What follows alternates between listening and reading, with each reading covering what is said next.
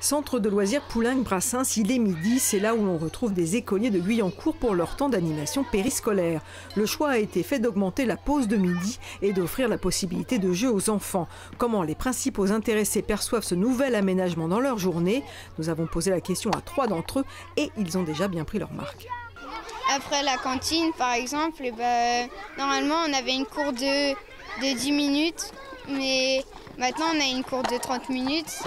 C'est mieux parce qu'on a plus de temps pour manger et on a plus de temps aussi pour jouer. Dans la boîte, là, il y a plein de jeux. Par exemple, pour les cirques, il y a des cerceaux, il y a des balles, il y a des échasses.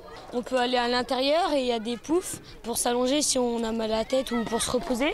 Et aussi derrière, il y a une grande cour et on a plus de temps pour s'amuser. Il y a 2 salles avec des jeux de société.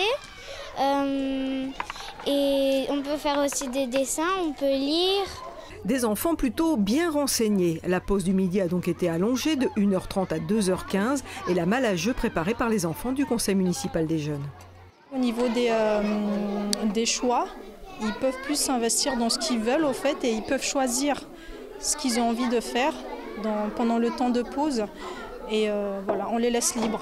Bien qu'on soit dans un cadre collectif, qui est une individualisation des prises en charge et que l'enfant puisse ou faire des activités si ça lui faisait plaisir ou de pouvoir avoir le temps de ne rien faire ou de lire ou même de s'isoler dans un coin de la cour, du centre. Voilà, que ce soit vraiment un temps personnel qui corresponde à ses besoins physiologiques, soit de repos, soit d'activité.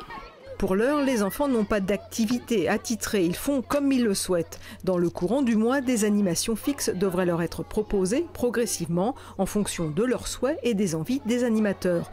Pour mettre en place ces TAP, la ville a recruté 20 animateurs supplémentaires et proposé des contrats pérennes à ceux qui étaient déjà en place.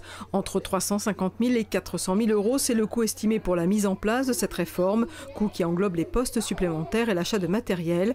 Guyancourt compte 26 écoles réparties sur 15 groupes scolaires.